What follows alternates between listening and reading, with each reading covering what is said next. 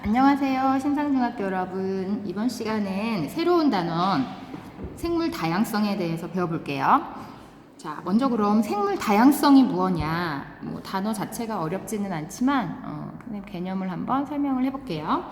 자, 생물 다양성이라 하면 어떤 지역에서 그 지역을 살펴보면 그 지역에 살고 있는 여러 가지 생물들이 있겠죠.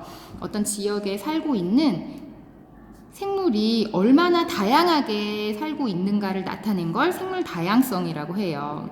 생물의 다양한 정도를 나타낸 거라고 보면 되는데, 자, 그러면 얼마나 다양한지 이거를 결정하는 요인들이 어떤 것들이 있나 한번 볼게요.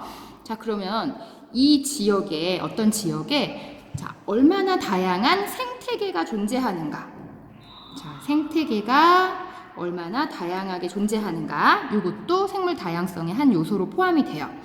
자, 그 다음에 이 생태계 안에 살고 있는 얼마나 다양한 종류의 생물들이 있는가.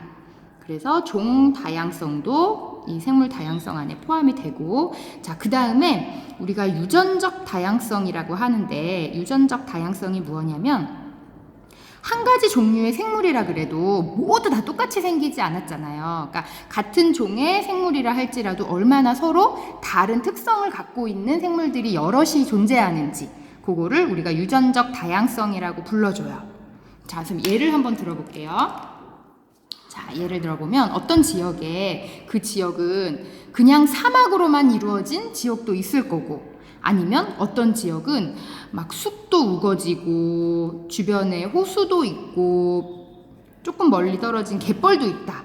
그러면 여러 개의 생태계를 가지고 있는 지역의 다양성, 생물 다양성이 훨씬 높다고 할 수 있겠죠.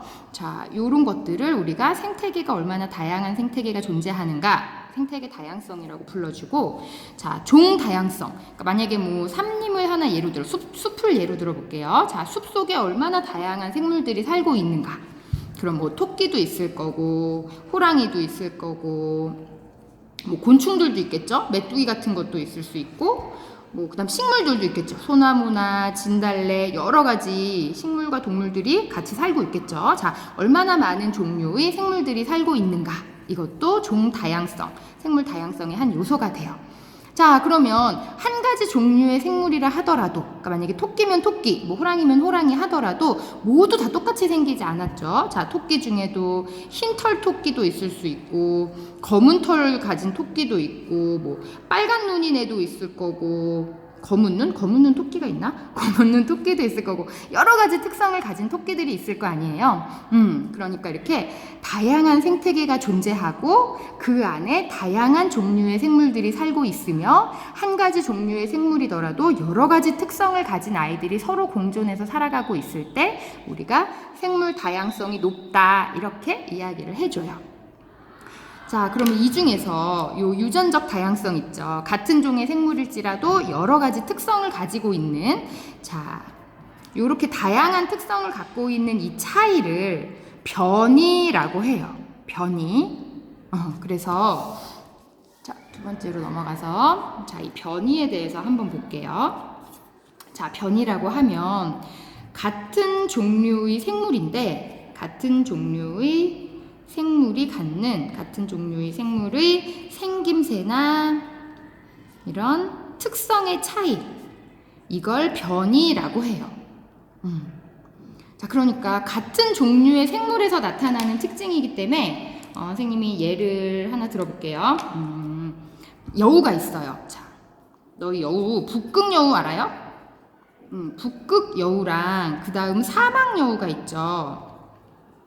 자, 얘네들은 이게 생김새가 어떻게 다르냐면 똑같은 여우지만 북극 여우는 일단 흰색이에요. 흰 털이고, 그 다음 귀하고 꼬리가 작아요. 작은 귀. 작은 귀를 가지고 있어요. 반대로 사막 여우는, 우리의 뽀로로에서 그 에디가 사막 여우라고 하죠. 사막 여우는 갈색 털을 가지고 있고, 그 다음 큰 귀와 큰 꼬리를 가지고 있어요.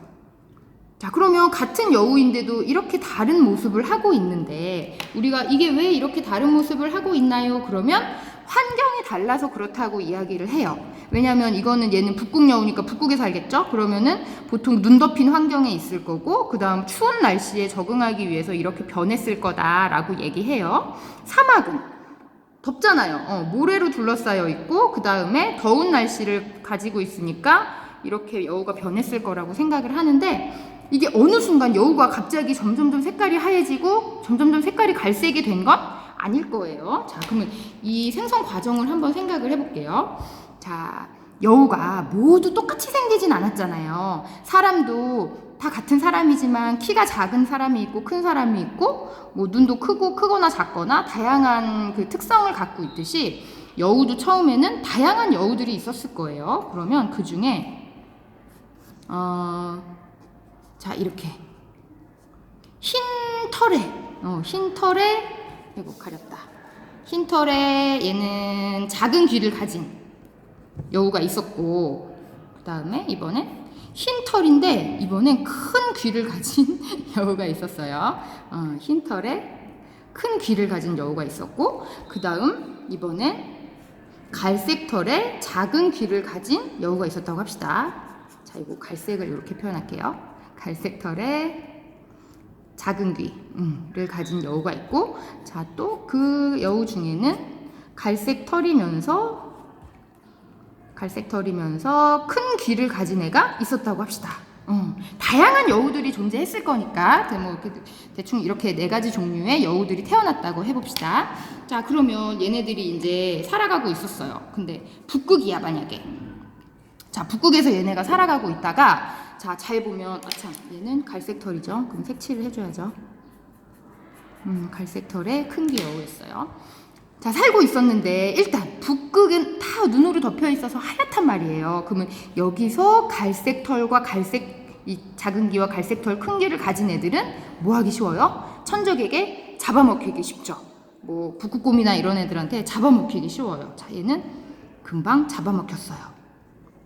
그 다음에 흰털 애들은 이제 잘 눈에 띄지 않으니까 살아남을 확률이 높은데 작은 귀보다 큰 귀 아이들은 이게 귀나 꼬리가 크면 그만큼 열을 많이 빼앗기기 때문에 체온이 잘 떨어져요. 그러면 얘는 뭐 할 확률이 높죠? 그렇죠. 얼어 죽었어요. 얼어 죽어서 자, 누구가 살아남게 돼요? 흰털에 작은 귀를 가진 아이가 살아남았어요. 자, 반대로 이번에는 사막에서는 상황이 조금 다르죠. 사막에서는 주변이 다 모래니까 흰 털을 가진 애들은 금방 잡아먹혔을 거예요. 눈에 잘 띄니까 천적들한테 얘네들은 잘 잡아먹힐 거고 그 다음에 더운 날씨인데 작은 귀를 가진 애들은 열을 충분히 발산시키지 못해서 얘는 더워 죽겠죠. 더워 죽었어요. 그럼 결과적으로 누가 살았어요? 얘가 살았죠. 자, 이런 식으로 처음엔 다양한 변이를 가진 아이들이 살고 있다가 그 환경이 유리한 변이를 가진 생물만 살아남으면서 어떤 생물의 다양성이 만들어지는 거예요. 자, 그래서 북극에는 흰 털의 작은 귀 아이가 살아남았고 사막에는 갈색 털의 큰 귀 아이가 살아남게 되었다. 자, 그래서 요점은 각 환경에 유리한 변이를 가진 생물이 자, 살아남아서 그 다음이 중요해요. 살아남아 자손을 퍼뜨리게 되는 거예요. 그래서 그런 유리한 변이를 갖고 있는 아이들이 자식을 낳으면서 그 변이를 가진 아이들이 점점 많아지게 되면서 사는 지역에 따라 환경에 따라 다른 모습을 가진 그런 종류의 생물들이 많아지게 되는 거예요. 자, 다음 시간에는 생물을 분류하는 방법을 배워볼게요. 자, 수고했어요.